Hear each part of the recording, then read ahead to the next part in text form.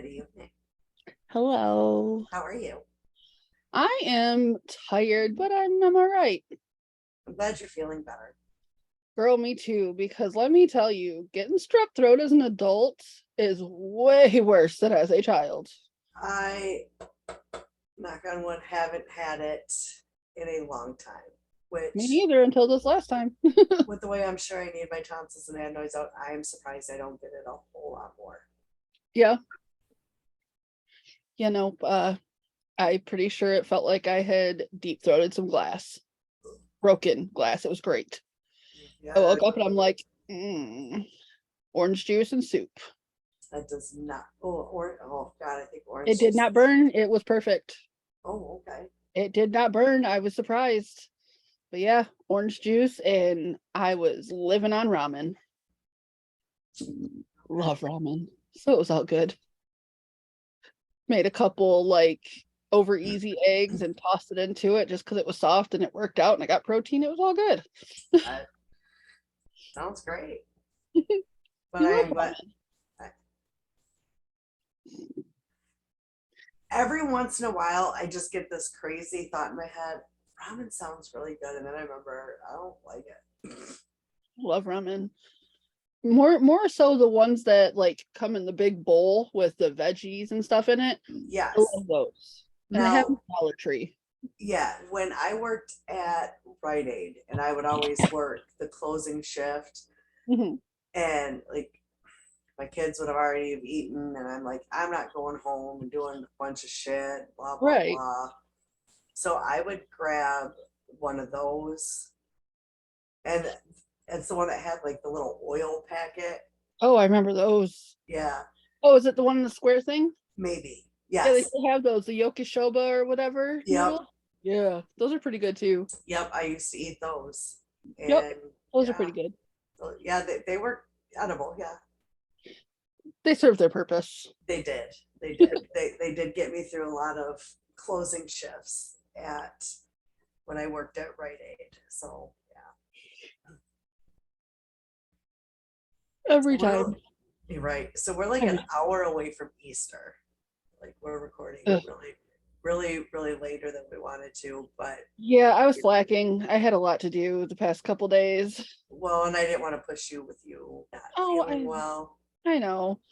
We probably could have totally done this sooner, but yeah, then I'm just like, oh, I need to do this. I need to do this. I need to do this. I want to sleep till noon. Yeah, Ugh. um I'm on day two of a 5-day weekend. It's supposed to be Nice. four, but I got my dentist appointment Tuesday. Me and Novocaine are not friends.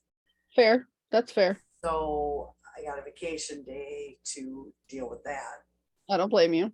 Um, Now, the first time it bothered me, the second time, not as bad. So I'm hoping maybe that one time was just a fluke, but I'm not going to Better be chance safe than it. sorry. Yeah. So I'm thinking I've got something to do every day. Yesterday, I was actually in Swartz Creek. Oh, you weren't far from me. Yeah. We went to me and Sherry. She's one of them from that Patreon group, and she's Oh, a okay. group moderator. We went and met for like a late lunch yesterday. Fun. Uh, then I was gonna come home and grab my list and go get everything for Easter dinner. Hmm. My lazy ass said it'll be there tomorrow. Yep. I feel you. So I did that today. Then Roy and I went out to dinner, and that was fun. Good. I actually made Easter baskets today. And when I say I made Easter baskets for the kids, I mean I like fully apparently forgot how to use my phone, made Easter baskets. Dee dee dee dee dee. Rachel figured out. Oh, I sent the dang picture to her. Like I made them out of laundry baskets, pool noodles, and ribbon and stuff. Nice. So Them are way nicer than mine. they were so fun too. I mean, it was easy. because And it was cheap. these are the ones I made. They're cute though. I mean, I mean, you also had like multiple people to make baskets for. yeah, I didn't pay for those. And then I went to Dollar Tree and spent another $30 getting a gift bag and putting stuff in it for them. yeah, I did the basket thing and then those color changing cups. Yeah, I Uh, like those. yeah, so they each got one of those, and I put like the little bite-sized candy in there. Actually, I have stuff that I got from Amazon that I haven't opened yet, and um, one of them is like a box, but it's got a dial on it, so it's kind of like a vending machine that drops Oh, an fun. egg with like a mini squishmallow in it. Oh, that's fun. So I figure while they're over tomorrow, like if I hear them say like something specific, I'm gonna write down words. And if they Hmm. say the words, I'm like, you get, yeah, I don't know. Or maybe I'll just every once in a while have them pick a number. I don't know. It'll still be fun though. Yeah, yeah, it'll be fun.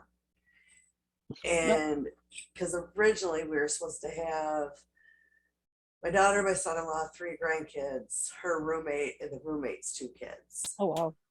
And the roommate has to work, and the two kids, Judy called and told me where they were going to be, Hmm. but I didn't quite hear her, and I didn't want to keep Okay. saying what, what. Right. So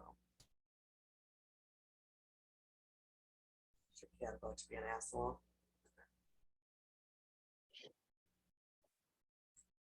Luna was laying here being so good. And then my mom got home and she can hear her out there. Mm, So now she's over by the door. Fucking with shit. As she She's does. like, she's like a little toddler. Listen, I put the bags together earlier and I wad up my bag and she sits and watches it like a crackhead. And I throw it and she chases it. Don't judge me by how trashed my room is right now. I just kind of threw shit everywhere because but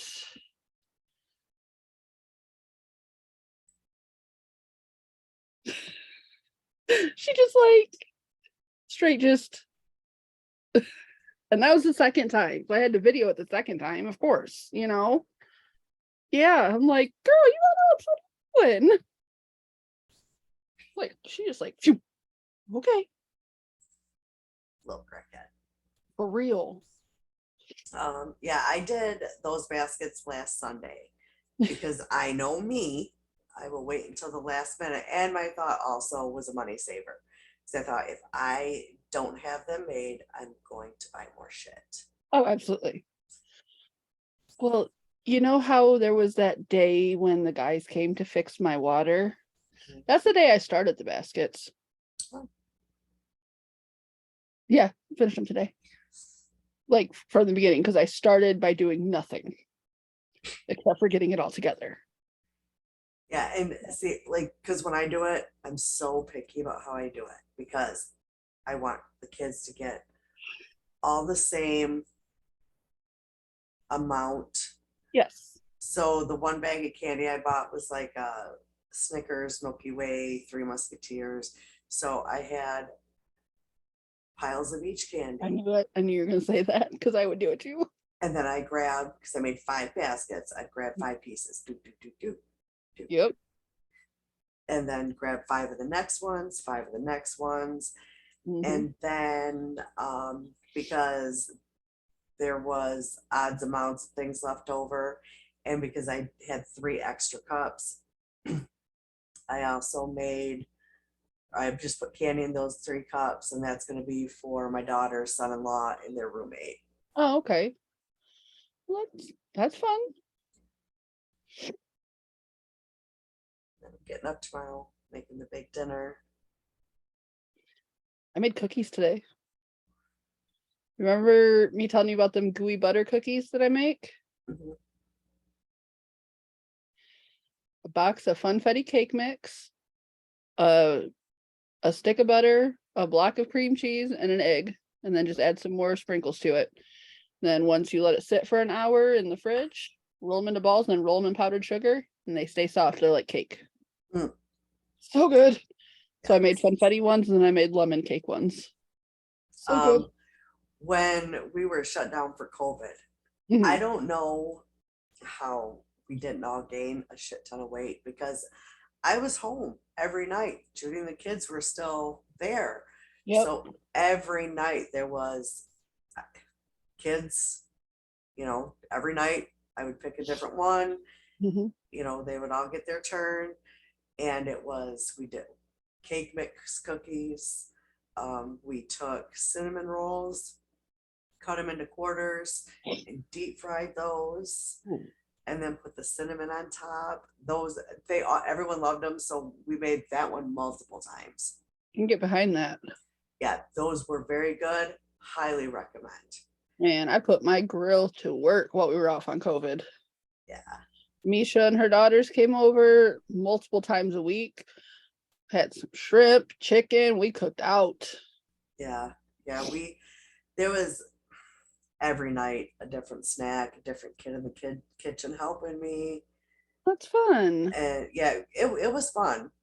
I kind of wish we could do that again. Just without everything being shut down. Mhm. Oh my gosh. Except for work. There was Uh, a meme because, like, of course, 3 years ago around now was when we were off because of COVID. yep. And one of the things I posted was, damn, can't have a drink, no movies, no restaurants, can't see friends. This is just like dating my ex. I'm like, oh, like my first husband. Yeah, there was always something. I would go into Dollar Tree and spend $50, $60 on like craft stuff.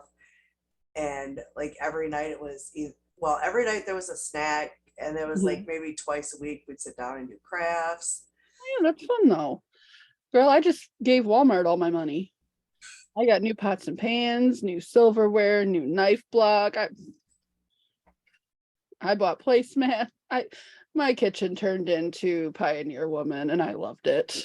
Yeah, so I don't like all the old timey patterns I do. I of love the them. Pioneer Woman stuff. I love them. But a couple weeks ago, we were in need of a new frying pan. Our frying pan gets more use than any other pan we have. Right. So I start going on there looking at reviews, and that one had like the best reviews. So Those pans were great. I just got like the plain teal. Hmm. I think That's I had the is red ones. Yeah, I did the plain teal, and was like, I really like this pan. She had some real good pans. So I'm considering possibly buying the whole set and like I'm proud of you. donating like the pans we have. The only pan that we have right now that I really, really like is a couple years ago, in fact, maybe during COVID. Um, I needed like another like a like a pan to boil noodles in. Yeah. Like So a I pot. got one of the tasty. Yep. Jess just bought a whole set of those and those are nice too. Yeah, I really like that one. So Yeah, like I those would, are real nice. I think Misha got those too because they had a set where it's all different colors. You have like yeah, purple, green, blue, yellow, like all of them. And I'm like, oh, yeah, that's fun. yeah.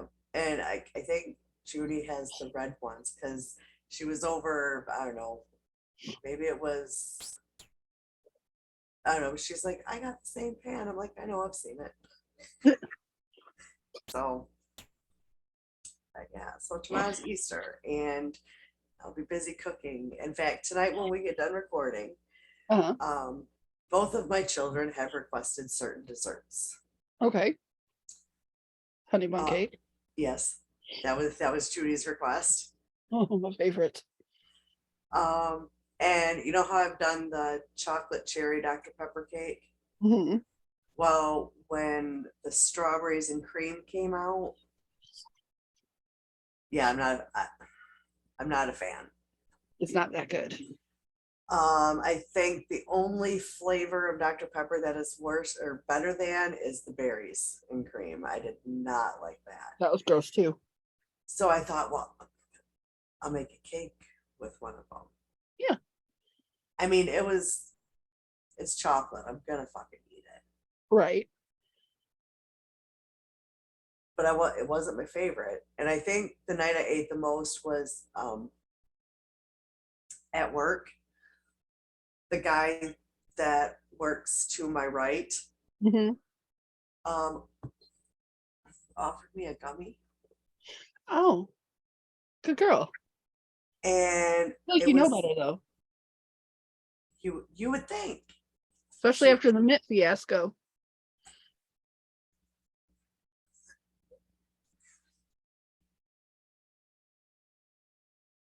she's like, here I am, I'm here.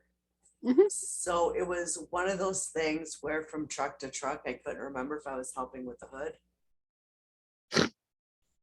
So when third shift people came in at 7 and the group leader said, would you like to leave at 7? I said, yes, yes. So that night I did eat a couple pieces of that cake, I believe that. but I had reasons. Oh, of course, of I course. had reasons.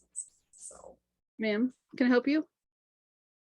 he says, you already are. She's gonna bite. See?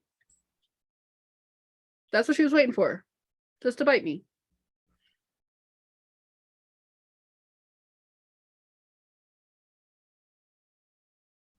Excuse me.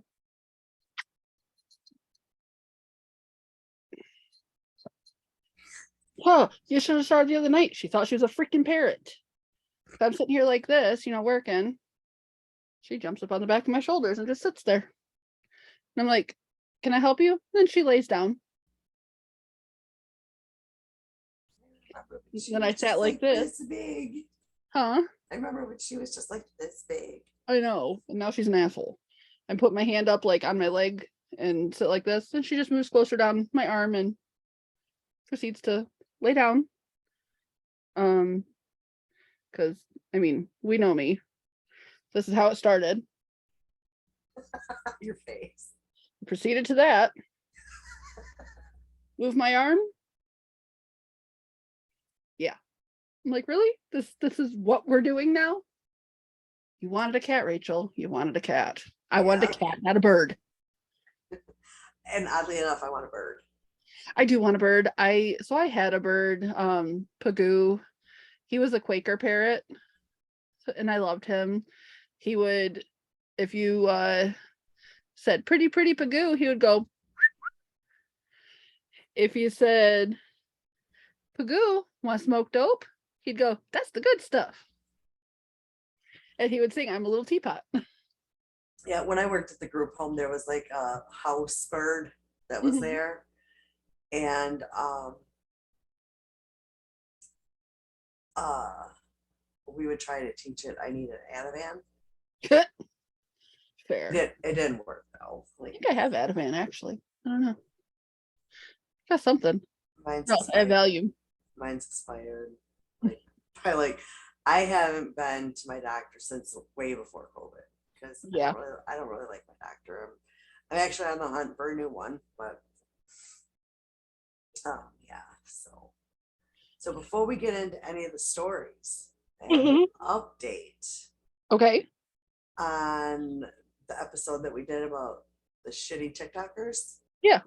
Okay, Zach Latham, and I actually just saw this one tonight. Um, he's the one that would kind of record him and the neighbor getting into fights, and he ended up Mhm. stabbing the neighbor. Yep. And it was said in that video, and I think I brought it up, maybe that I did, that Zach's wife was recording the whole incident. Mhm. Well, initially, I guess he was told that it wouldn't be admissible, Okay. and they did allow it to be used, and now it's looking like self-defense. that he was defending himself.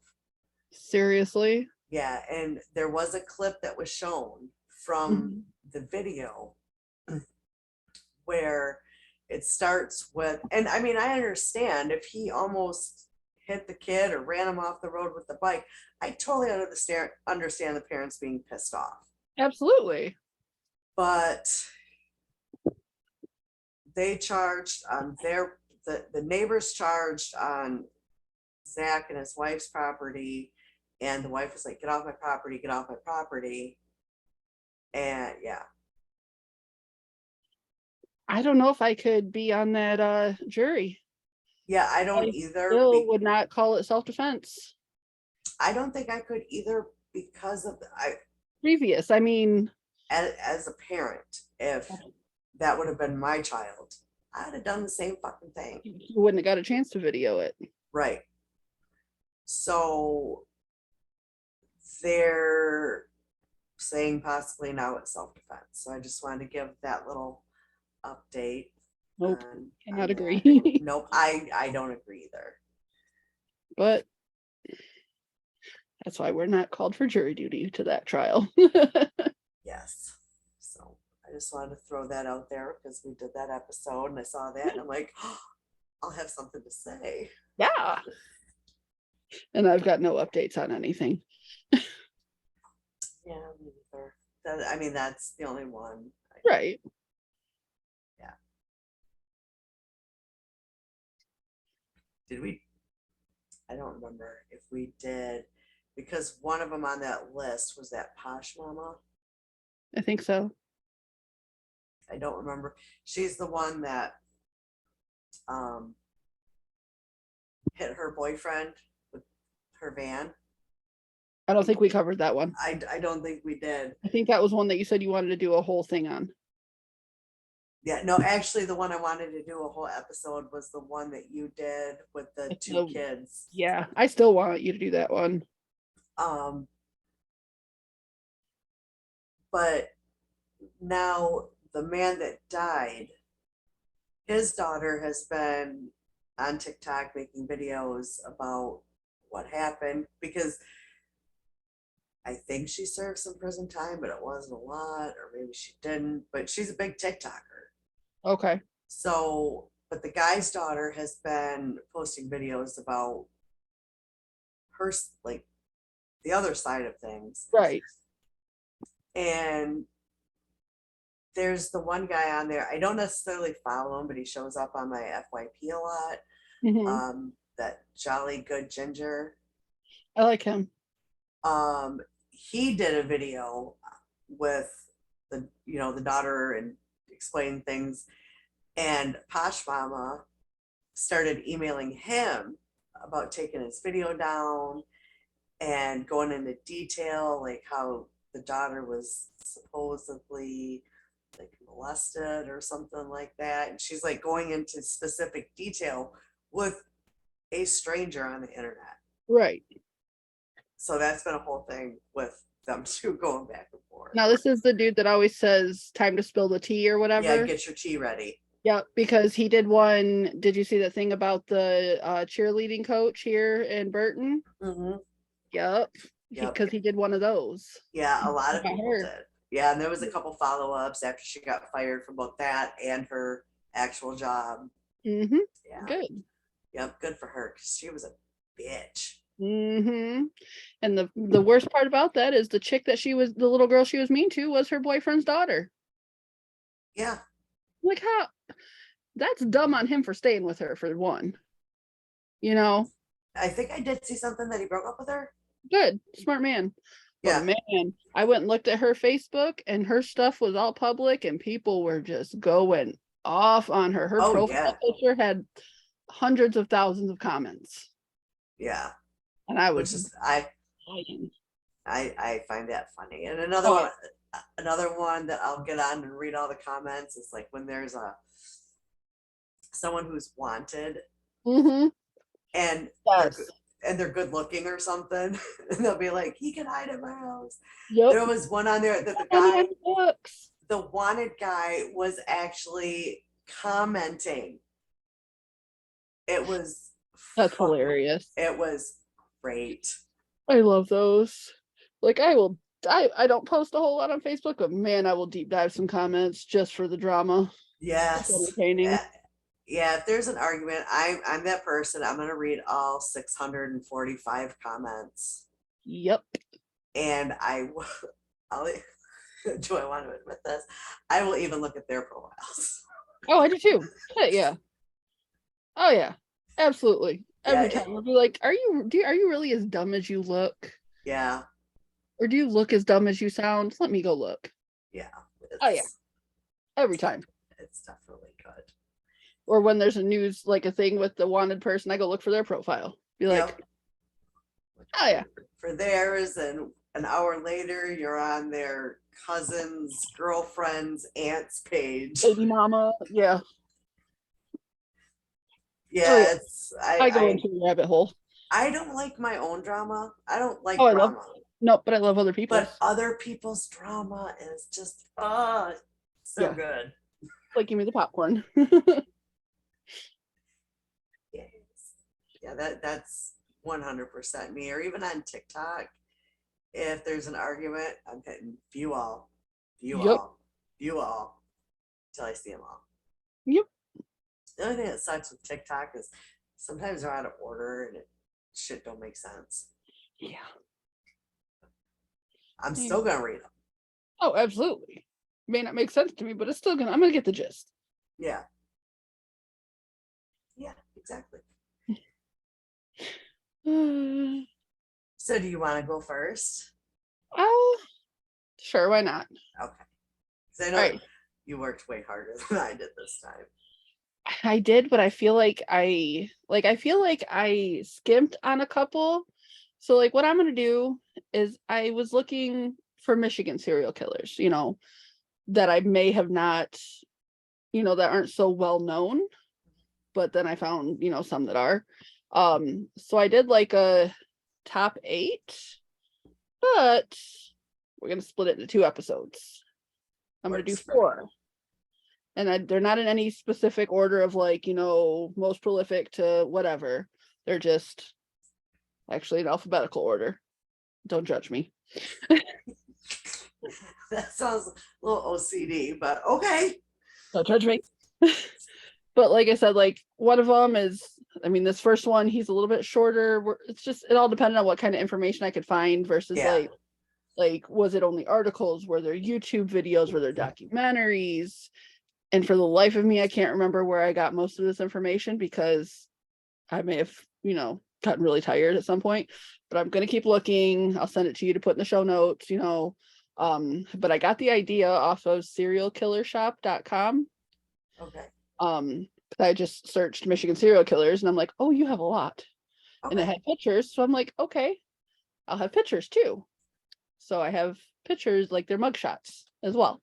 Nice. To post on the Facebook page. Nice. So the first one, his name is Anthony Guy Walker. In 1975, he kidnapped and raped a woman from Adrian, Michigan. He was convicted of second-degree criminal sexual conduct and was in prison until January of 79. Shortly after he was paroled, he broke into the home of 24-year-old Yolanda Madison, where he tied up her and family friend 19-year-old Teresa and proceeded to shoot them both to death. He then found out that there was an 11-month-old baby named Jessica, who was Yolanda's daughter. She was in the house. He left the baby alone for the moment and proceeded to rob the house of its valuables. But then he set the house on fire with the baby inside. Yeah. She ended up dying of suffocation. In September of 79, he impersonated an off-duty police officer in downtown Adrian when he saw 3 high school students skipping school. He offered them a ride, and instead of taking them to school, he took them to his home. He tried to assault one of the girls, but for some reason he stopped, almost like something in his head clicked, like, oh, I shouldn't be doing this. So he put them back in the car and took them back downtown. He was found, arrested, and charged with 10 years for assault. In 93, he was released from prison, and in December of 94, he was again arrested for 2 counts of first-degree criminal sexual conduct and received life plus 15 years because he was a habitual offender. Around 2010, additional witnesses came forward in the case of Yolanda and Teresa and named him the killer / arsonist. He admitted to killing the women, but not setting the fire. If that makes sense. He was convicted and sentenced to 3 more life sentences. Walker's attorney said that he was more prolific than Ted Bundy and had possibly killed more than 30 people, a handful before he would even be considered an adult, and possibly some across state lines. But I really couldn't find a whole lot of information about that. Oh my. And I remember that information I got off of a podcast. I just have to remember what podcast it was. That's where I heard most of that one at. So I'm like listening to it, taking notes, taking notes. Yeah, I've done that. And it says currently Walker is 65 years old and being housed in Baraga Maximum Facility in Baraga, Michigan, which is up in the UP, like up by Whitefish Point, way up there. So that's all I have for him. That one was a little bit shorter. I probably could have went a little deeper into, finding other victims, but that might have been one all on its own. Yeah. Because at this point, I think I have 5 pages just for 4 of them. Yeah. So this one's a little bit longer. This is Benjamin Atkins. They called him the Woodward Corridor Killer. Woodward Corridor Killer. I got this. That's a nice little tongue twister. Yeah, it really is. At least it wasn't all W's. I really been screwed up. So he was born in Detroit in 1968 to parents who both had substance abuse issues. He had a rough start. His family was poor, and he was the youngest of 2 sons. His father abandoned them shortly after he was born, and his mother was a sex worker. And when he was around 2, his mother put him up for adoption. He bounced between her home, foster homes, and boys' homes, because those were a thing back then. Yeah. And he was a very shy and reserved little boy, and because of that, he endured a lot of bullying while he was in these homes. He also found himself to be the target of sexual assault while in these homes. When he was 10, a case manager sexually assaulted him. A case manager. And then instead of them getting him therapy or anything, they just sent him back to live with his mom. The one who put him up for adoption to begin with. Yeah. And as I said, his mom was a sex worker. Instead of leaving him home alone, or with a babysitter, he was forced to go with her when she worked and had to sit in the back seat quietly while she serviced her customers in the front seat. Yeah. Okay. It's one if you're a shitty mother and you do that. Mm-hmm. But the dudes. And he's the youngest of 3. Why couldn't he be left at home with his older brothers? I mean, he was at least 10 years old at this point. Why couldn't he have been left home with his older brothers? Oh my God. So, it gets better. As he got older, she started bringing the men home instead because it was awkward for him to sit in the back seat as he was older. Yeah. Well, at least she didn't put him to work with her. I was honestly waiting for that when I was going through the stuff. Oh my God, I was waiting for that, and I was hoping that wasn't the case. So she started bringing the men home, which him and his brothers ended up resenting her for. Which obviously, neighborhood kids even teased Benjamin and his brothers for their mother's choice of work. At 12 years old, he decided to run away and fend for himself on the streets. He spent most of his time in homeless shelters and developed a drug and alcohol habit. He was mostly liked, everybody liked him while he was sober. But when he was under the influence, he was very misogynistic and demeaning to women. But rather than anything being said to him, people just tried to avoid him because he has demons, just avoid him. It's okay. That's just how he is. I mean, I'm not trying to defend him, but I get it. Oh, absolutely. Absolutely. At least up to that point. I mean, at the same time, if he's like that when he's messed up, get the man some help. Mm-hmm. But back then, I mean, this is the 90s. You had substance issues. You got swept under the rug. You lived on the streets. You went to shelters. It is what it is. They didn't give a shit. Yeah. And as you see, they really don't give a shit. You'll see. So in October of 91, he met Darlene Saunders, a local sex worker. They enjoyed the same vices, so he invites her to come party for free of charge. You just show up. I've got the drugs. I've got everything. Just show up. He'll provide the party favors. And he wants to solicit her services. She isn't aware of his reputation, of how he treats women when he's, messed up. So she meets him in an abandoned building alone. The higher he gets, the more she looks like his mother. And of course, he snapped. He had his hands around her throat and ripped her clothes off, and she managed to get away and run to the police. They, of course, did nothing because she's a sex worker. Mm-hmm. He went about his life for 2 months like nothing happened, but he enjoyed that freeing feeling he got, so he lured another woman, Debbie Friday, into an abandoned building with the same promises, a free high and a good time. But he was determined to not let her get away. Her body was found days later in an abandoned building in Highland Park, Michigan. No evidence left behind, and her clothes were gone. No leads or person of interest, and due to the nature of her work, she wasn't a priority. A couple weeks later, 26-year-old Bertha Mason was found in another abandoned building in the same condition. Just 2 weeks later, a building was being demolished and 36-year-old Patricia was found. Same MO as the previous women. On January 25th, 1992, 39-year-old Vicky Truelove was found in an abandoned building. But this time, police were like, you know what? This may be the work of a serial killer. They started comparing the women's lifestyles and the crime scenes. Benjamin was picked up for questioning, but his record is clean, so they released him. Meanwhile, bodies are still being discovered. In February of 92, 30-year-old Valerie Chalk, 23-year-old Juanita Hardy, and an unidentified woman were all found at the same time in Monterey Motel in Highland Park.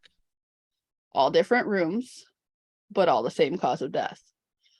All the crime scene details were the same, and the same as the women's bodies that were found in the abandoned buildings.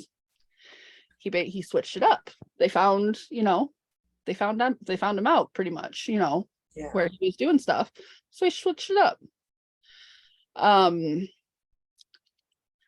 A few weeks later, 38-year-old Brenda Mitchell goes missing, and days later, her body is found in an abandoned house with a scarf tied tightly around her neck. But with a number of drugs in her system, they declared it an overdose. Within days, 2 more women were found dead in Highland Park under the same circumstances. Law enforcement decided to create a task force specifically for the capture of Atkins. They put together a profile and begged for the public's help. So mind you, when they picked him up for questioning the first time, they picked him up in an abandoned building. I do remember that. But he had a clean record. He wouldn't have done that. Come on, So they put together a profile and begged the public for help. The first woman that was attacked came forward and basically said, I told you all this before, but you didn't want to listen. It has to be Benjamin Atkins. This time they took her serious, and on August 21st, 1992, right before his 24th birthday, he was arrested for what he did to Darlene, the first lady that got away. He was brought to the station and questioned about his actions and about the other women who were murdered. He denied everything and said it couldn't be him because he was attracted to men, which he was. Like, he dated men, that was his thing. Cool, but he hated his mom so much. They are convinced it's him, so they continued interrogating him. If you don't quit fucking biting me, I'm gonna kill you. Sorry. She just bit my Achilles and it hurt. Asshole. They're convinced it's him, so they continue interrogating him. One investigator came in with a different approach and basically said, son, you don't have a father. I have a son your age. Son, you need to get this off your chest. And that's when Benjamin broke down and confessed to everything, including a couple women they hadn't found yet. He gave them all the details. He said once he got to a certain high, all he could see was his mom, and that's why he killed them. It was like his therapy to get this feeling off his chest to his mother. In the span of 9 months, he killed 11 women. And after a 4-month trial, he was found guilty and sentenced to 11 counts of life in prison. At the time, the FBI dubbed him America's fastest working serial killer.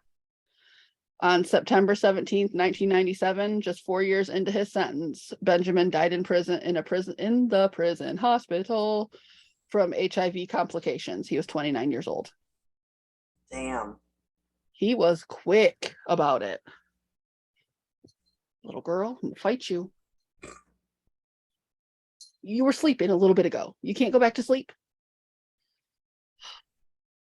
Putting her in her cage from now on. Dick. Okay, so my next one. You might have heard of this one because I've heard the name, but I couldn't remember any details. Carl Eugene Watts. He liked to go by the name Coral. So he was born in Texas. So his parents got married in Virginia, moved to Texas a year later. He was born, his dad was in the military, so they moved back to Virginia, and then his sister was born not long after that. His I think I wrote this stuff down at some point. Yep, I did. He was born in Killeen, Texas. He was a couple years old. His father left his mother. There's no documented reason why or anything like that. But she picked up and moved the kids to Inkster, Michigan, which is a suburb of Detroit. Where she became a high school art teacher and tried to do the best she could, as a single mom to raise Carl and his younger sister. When he was 8, he and his sister contracted meningitis. His mom took them to probably Detroit General, whatever it was at the time. The hospital treated his sister, but for some reason refused to treat him. And then his sister recovered, but when she took him to a different hospital, he got worse. And then found out that he had polio. So he missed, he was, 8 at this time. He missed a lot of 3rd grade. He was great in school before that, but then it's like all that whole year off, and he complained about not being able to remember things, and it just, went bad for him at that point. Once he recovered, his mother remarried a man who had 6 kids of his own, and then they went on to have 2 more, which brought the total to 2 adults and 10 children in the house. Oh, I want no part of that. no. No. Then they said that he started to get lost in the shuffle of all those kids, which I can totally understand. Yeah. That's just, no, thank you. He became an introvert and kept his emotions bottled up. So he also went by Coral Eugene Watts. Which, I'm sorry, that just reminds me of like all those Walking Dead memes. Yep, I know, me too. But it's because he had family in Virginia and they would go down to visit and stuff. And that hillbilly twang. Carl became Coral, and he just liked how it sounded. And he told his mom, I want to be called Coral now. So hence Coral it was. Okay. So like when I was listening to the podcast, I was watching a YouTube video for this one. I went made my notes through the thing. So I'm like skipping ahead and then I'm going to go back. It's the whole thing. Confuse us all. Okay. Yeah. And myself included. So as a teenager, he started getting like real sick thoughts about pertaining to women and everything. Yes, I talk with my hands, leave me alone. She's like ready to pounce. Drive me nuts. Sorry. So he had a paper route when he was 15. Just to make a little extra money because he didn't do good in school, but he played sports and stuff, and he did his paper route. But on June 25th, 1969, he attacked one of his customers, 60-year-old Joan Gaith. He knocked on her door, and when she answered, he hauled off and punched her in the face. Then he continued to hit her several more times before running off. It ended as fast as it started. He continued delivering papers like nothing happened before he went home. 4 days later, the police showed up at his door and arrested him. When they asked why he did it, he said, I just felt like beating somebody up. So of course, he's going to go after a 60-year-old woman that can't defend herself against him. He was admitted to the Lafayette Mental Clinic in Detroit and was evaluated. He told a psychiatrist that he had dreams of beating up women and even killing them. He said he always felt better after having one of those dreams. And after weeks of evaluation, the doctor said he was an impulsive individual who had a passive-aggressive view on life. He also said he was a paranoid young man with homicidal impulses. Also said there was a high potential for violent acting out, and he's considered dangerous. Then recommended outpatient treatment and released him. Because, he's not super dangerous. He has potential to be dangerous, but not super dangerous. So from, where was I at the top? Okay. So from, where to go? 1969 to 1974. I lost it. He went back to the Center for Outpatient Treatment less than 10 times. From 1969 to 1974, less than 10 times. Yeah. That was helpful. I feel like that really should have been what's the word? Mandated, because he went to court. That should have been mandated, that he does this, or he goes to jail, goes to juvie, whatever. But, I wasn't alive back then. So what do I know? Yeah. On October 25th, 1974, Carl knocked on the door of Western Michigan University student Lenore Nazaki. When she answered the door with the chain on it, she was smart, she left the chain on it. He asked if Charles was home. Lenore told him he had the wrong house and he left. 10 minutes later, he came back and asked again. This time, Lenore said she would take a message for Charles and unhooked the chain and turned around to get a piece of paper. That's when Carl lunged at her, knocking her to the floor, put his knee in her chest, and began strangling her. He left her there, not dead, just strangled. Her vision fading, watched him walk away as it was starting to turn black. A few days later, other tenants complained of Carl loitering and knocking on random doors, asking for Charles. On October 30th, 1974, 5 days later, Carl was seen walking up the stairs to 19-year-old student Gloria Steele's apartment. The witnesses saw Carl knock on her door, and she asked through the door what he wanted. He asked for Charles. She asked, "Why are you here?" He replied with, "I don't know," and walked away. I don't trust her back there. Later that day, at about 1:40 p.m., Gloria's body was discovered in her apartment with 33 stab wounds in her chest. Holy shit. 33 stab wounds. People had believed that the weapon was a screwdriver, but it was actually a wood carving tool like a chisel. The tip of the tool was broken off and lodged into her spine. And she also had a crushed windpipe. Yeah. Oh my God. Mm-hmm. A few weeks later, on November 12th, 23-year-old Diane Williams was working as an apartment manager in the complex that she lived in. She saw a man wandering around asking for Charles. Finally, he ended up at her door, and she suggested he leave a message. She gave him paper and a pen, which he snatched from her before forcing himself into her apartment. There he began to strangle her while she tried to fight him off. Luckily, her phone started ringing, and she knocked the receiver off and just started screaming for help. It was her husband's secretary who was calling, and she could hear her screams, which is what scared Carl off, and he ran. Diane saw what he was driving and called the police with a vehicle description. They were able to create a lineup of men who drove that make, model, and color vehicle. Diane and Lorraine were able to pick Carl out of a lineup, and he was arrested and charged with the assaults.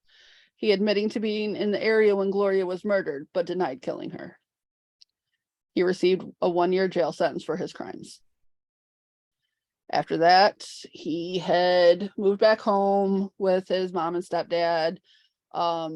He had met a girl, married her, or I don't remember if he married her, if they just had a child together. He had a daughter, but he was a shit dad. He wouldn't even claim that the child was his, didn't do nothing for her. And then they found out 6 months after his daughter was born, he married another woman. But like she had said that anytime after they had sex or whatever, he would leave for hours and then come back. Well, around that time, women were calling the police because they would wake up to a man being in their bedroom, touching them inappropriately. But it was too dark for them to identify who it was. But she realized, it wasn't even a year into the marriage. She's like, I'm done, and left. They got a divorce. After that, he went on a 2-year killing spree. I don't have all of them, but October 8th, 1979, 22-year-old Peggy Puckmorrow was found strangled to death in front of her boyfriend's neighbor's house. He was the killer.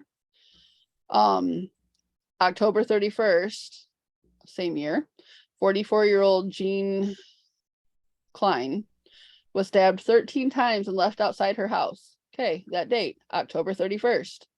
People walked past her all night long thinking she was a Halloween decoration.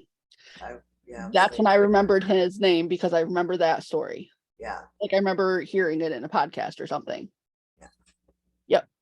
Yep. December 1st, 36-year-old Helen Dutcher. She was struggling with Watts before being stabbed and slashed 12 times in the middle of the road. A witness saw and was able to help with a timeline and description of Carl. It is believed that between 1974 and 1982, he abducted, tortured, and murdered dozens of women. He died in 2007 of prostate cancer while serving 2 consecutive life sentences for the murders of Helen Dutcher and Gloria Steele, suspected of killing more than 80 women. He was also known as the Sunday morning slasher. Could be Michigan's most prolific serial killer. And this is where I missed, remember how I bounced around? Yeah. This is where it started off. This is when they started to catch him. This was in Houston, Texas. So there was all that, but in Houston, Texas, on May 23rd, 1982, 19-year-old Lori Lister was walking from her car to her apartment, and a man jumped out of the bushes and wrapped his hands around her throat. He asked where she lived and if anyone else was there. She pointed to the 2nd floor and nodded to him that no, thinking she would be able to save her roommate who was inside. He then proceeded to strangle her until she lost consciousness, took her keys, and tucked her body underneath the steps of the apartment. Watts went up to her apartment, let himself in, only to find 18-year-old Melinda Aguilar getting ready to go to church. He attacked her and told her that if she screamed, he would kill her. He put her in a closet and began to strangle her. She faked losing consciousness. He tied up her ankles with a belt and her wrists with a wire coat hanger. He then proceeded to go bring Lori into the apartment, fill up the bathtub, and drag her to the bathroom. The whole time, clapping with joy and laughing about what he's getting to do. So she's watching him sit there and giggle and clap like a child because of what he gets to do to her roommate. While Watts was preoccupied with Lori, Melinda made it to the sliding glass door to escape. Even though it was the 2nd floor, she was determined to get away, and she jumped. She said in a later interview that if she was going to die, she would rather kill herself than let him do it. Fair. I commend her for that. Yeah. After jumping, she was able to get up thanks to her adrenaline and run to the neighbor who was outside having coffee on her patio.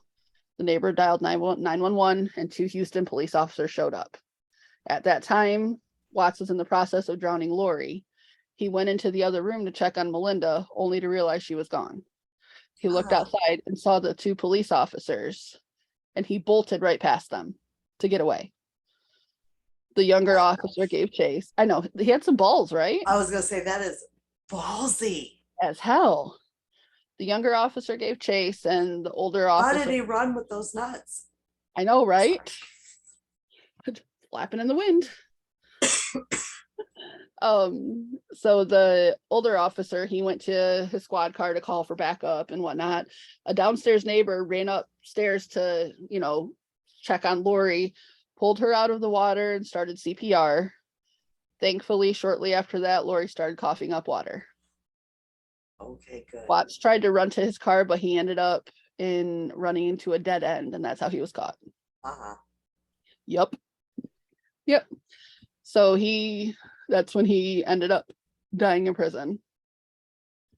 So that one was fun. There's actually been like reenactment documentaries because I was watching a couple on YouTube. So maybe I do remember where I got my notes from. Imagine that.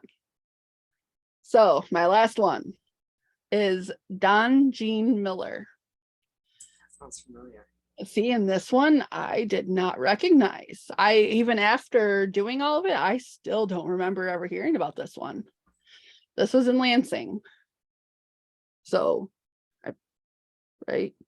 Yes, Lansing, Eaton County. Okay, so Miller was born in December of 1954. He was the oldest of three. He was raised in church as a God-fearing Christian. Raised to be a pillar of society, the pillar of society, After graduating high school in 1973, he began studying at Michigan State University and took criminal justice classes. He was a bit of a loner. I mean, his sister appeared to be his closest friend. Like back, in the 1970s, it was, jeans, t-shirts, whatever. No, he always wore a suit jacket and a tie to school. Always carried his trombone with him because he was in the band. Like he was just not your normal, Yeah, like college socially student. awkward. Yes, very much socially awkward. Yes. He was, like I said, he was an introvert. He didn't really have a whole lot of friends. But in the winter of 1976, he was engaged to a fellow student and churchgoer named Martha Sue Young. She was outgoing, whereas he was a homebody. And during the holidays, Martha decided to end the engagement. He didn't take that rejection well, and he begged her to take him back. On New Year's Eve, 1976, he persuades her to let him go with her to a babysitting job that she has that night. So he went. After they were done babysitting, he took her back to his house to watch a movie and have pizza, which he lived with his parents. They just, afterwards, he said that he was going to take her home. And after they left, that was the last time she was seen alive. Martha's mother told police that Don was a very controlling person, which is part of why Martha didn't want to be engaged to him anymore. Miller said that he had dropped her off at home and he went back home. He showed no concern of her whereabouts. Almost 10 months later, in the woods, hunters found the clothing that Martha was wearing the night that she went missing. So her clothing was laid out exactly how she would wear it. Like there was no body, but like her bra was inside her sweater, which was inside her jacket, just laid out. Panties were inside her pants, laid out, and then her shoes were sitting there with her purse there. Like her body was just gone. Yeah. Super weird. But yeah, that's how her, like they showed it and I'm like, oh, that looks like, I don't like that. I don't like that at all. So that's where that starts. So mind you, that was in 1976. Eaton County, August 16th, 1978. Miller broke into a home and assaulted 14-year-old Lisa Gilbert in her parents' bed. After raping her, he took the belt from her shorts and tried to strangle her with it. The belt was worn and it broke, thankfully. At that time, so her brother, 13-year-old brother, was outside because it was the middle of summer, parents are at work. He said he was, outside by the pond. He said something just told him to go inside. He came inside and Don walked out of the room and he's like, hey, they had just had some contractors there, so he didn't think nothing of, this person being here. Right. They talk, and as he passes him, Don gets behind him and puts a knife to his throat. This 13-year-old child. I've heard this. I know I have. And I don't remember it. He put the knife to his throat.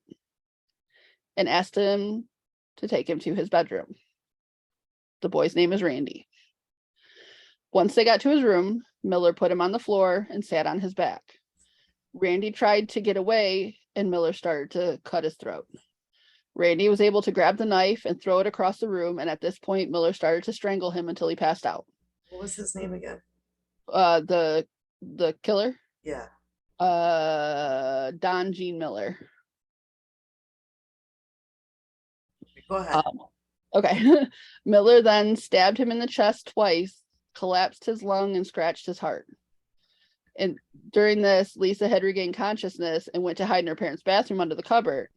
But then she's like, okay, I can get my ties loose. And she ran outside for help. Butt naked, still semi-tied up. She got the gag out of her mouth, and she was able to open the door with her hands tied behind her back. She ran out to the road to get help. A car slowed down, but when he saw her, went around her and kept going. She's like, oh, hell no, we ain't doing this again. Next car that came close, she jumped in the middle of the road. Like, you're going to stop. This person got out, and she's like, please, you got to help my brother. He's trying to kill my brother. And the dude, got out to help, wrote down the license plate number of, they caught the license plate number, everything. The man who stopped, like I said, memorized it. So when he was arrested, he was questioned about 3 other women. 27-year-old Marita Chiquette, who went missing in June 15th, 1978. She was taking the trash out and was talking to her neighbor. That was the last time she was seen. Her vehicle was found the next day on the MSU campus by her boss, who thought she just came to work early. Couldn't find her anywhere. 2 weeks later, her body was found by a farmer about 10 miles from the MSU campus. So June 15th, 1978 was when that was. Okay. The day that her body was found was June 27th, 1978. So 2 weeks later, 21-year-old Wendy Bush went missing the day that her body was found. The next day, Wendy was supposed to show up for work at a cafe on campus. And when she didn't show up, they were concerned. They checked her dorm. Nothing was missing, so she was reported missing. She was last seen with a tall white man on campus. And then on August 14th, 1978, 30-year-old Christine Stewart went missing. She was a teacher at Lansing Everett High School, and it was unlike her to just, up and go missing. She had, a good life. Her and her husband didn't have issues, nothing of that. But a witness saw the abduction firsthand. Was it a tall white man? He wasn't really tall, though. She saw Miller. Well, no one's tall compared to you. Valid point. But she saw Miller force Christine into the car and then saw the man stab down into the car 3 times with blood on the knife. So they said that in exchange for revealing the location of his victims, he was convicted of a lesser charge of manslaughter. And in 1978, he was sentenced to 30 to 50 years, plus an additional 15 being added in 1979. So that's all the ones I have for this week. But I have Don Gene Miller's Otis information from the. Yeah, when I just looked him up, I did see it. Yep. Yeah. And yeah, his current charges that are active are prisoner possessing weapons. So he was caught with a shank or something, I'm assuming. That was in 94. Assault with intent to commit murder in 78. So that was when he tried to kill the 2 kids, because he got 2 charges of that, which was 30 to 50 years. His earliest release date is 2031, and he gonna be old man. Yeah, because he's only 5'8", so he's not that tall. Well, to me, that's tall, but. Well, it's because you're tiny. But he is 68 years old right now. But yeah. Yeah. And I do know where I've heard it. And Okay. you probably did too, because you listened to the pod. Well, you did when there was the 2 posts. Yeah. Magnificent. What the fuck? Yes. That's because that's where I think I had heard about the first guy, the one or the one the girl was like they thought that she was a Halloween decoration. Hmm. I think that's the one I heard that one on Yeah, because she covered, a lot of Michigan murders and stuff like that too. So that's yeah. probably I probably did hear about him. I just It's for been some a reason it while. just didn't stick with me. Yeah, it's been a while. Yeah. And I know another reason why the name sounds very familiar to me. Okay. Um, my mom Hmm. had a cousin named Don Miller. Oh, Not the same, not the same, I that would be promise. real interesting. Yeah, because my mom's cousin is not in prison. He's in the cemetery. Fair. Okay. I mean, that makes So sense. He's not really, committing crimes that way. actually, no, I'm a liar. He had the same last name as my mom's maiden name, but his daughter. Okay, never mind. You know what? It's late. You know what? I get to confuse people. Now you get to. Yeah, so just forget Yeah, I said it's okay. anything. It is Yeah, late. Hey, it's officially Easter though. yeah. Happy Easter, Easter Happy bunny, bok Easter. bok. Fuck meow. Fuck meow. Yeah, and I mean, yours was long enough. We probably just If that's up to you. that's fine with me because I really didn't do notes, but I also didn't really want to read directly from a website. Yeah, I was trying my best not to. That's why I made notes. I'm like, I'm just gonna watch this video, pause, type, start, pause, type. Yeah, Yeah, but I did find an interesting haunted location that next week we can absolutely. do that next week. And I'll have 4 more killers from Michigan next week. All right, and actually, and mine is actually not a Michigan based Ooh, location. okay. I'm expanding. Yeah, I didn't feel like expanding this week. Don't blame you. I did just because I mean I've already done several Michigan haunted locations, Right. so um, figured I'd expand a little bit and get a few more in. Um, yeah, so I guess we'll figure out a day we can Yeah, do this. So, I'm good with that. all right, sounds like a plan. So on that note, It's um, bedtime this will be coming out, in a little while. in like 12 hours. I will get it Give or take. uploaded. Yeah, give or take, give or take. But it will definitely be tomorrow. Um, so happy Easter, everybody. Happy Easter. You go night night. Oh, I'm gonna go night night. I I'm gonna have go night night to. so hard. I promised, but this year both my kids asked for. I already said that, didn't I? About the desserts. That Yes. yeah, we got. So I got cakes to make. I've got cookies made and White Claws ready for tomorrow. I'm good. And we're I having a Nerf war, so Oh, that sounds like fun. it is. Um, yeah, I gotta hide eggs. We're doing that tomorrow too. Um, but I actually thought I had more eggs than I did, and I'm doing the color coded. You pick a color, that's the Yep. color that you find. If you find another color, we'll leave it there. Yep. Um, and, um, two of the kids aren't coming, so their eggs are just going to go in their baskets. That makes And sense. yeah, so Make it easier. They can hunt it out of a basket. yeah, but they got the basket, so that's the important thing. They're gonna love it either way. So hopefully everyone has a good, happy Easter, and Yep. you're safe and don't fight with family. Don't eat too many deviled eggs. Oh God, please don't. I'm not making deviled eggs this year. My mom made 4 trays of them. Well, okay. See, Roy don't eat them, so Well, I would be fine. Roy, on the other hand, won't make it through the night. no, there'd be probably some hot Richards, some Dutch ovens. Oh, absolutely. You can't not. And I don't want to do that to him. So, But do you not want to do that to him? I mean, to be fair, I do, but I Exactly. also don't really want to be that person. But I do. But I'm not. Look, the eggs I have are for cakes. It's still early.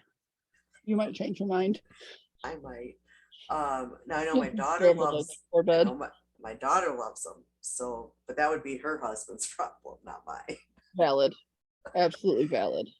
So yeah, I got cakes to get done. I'm either making them tonight or I'm just gonna get up early tomorrow, get them done. We'll see how that goes. I don't know yet. Eh. But yeah, that's it. So everyone have a happy Easter, Happy Easter. and until next time, Bye. bye.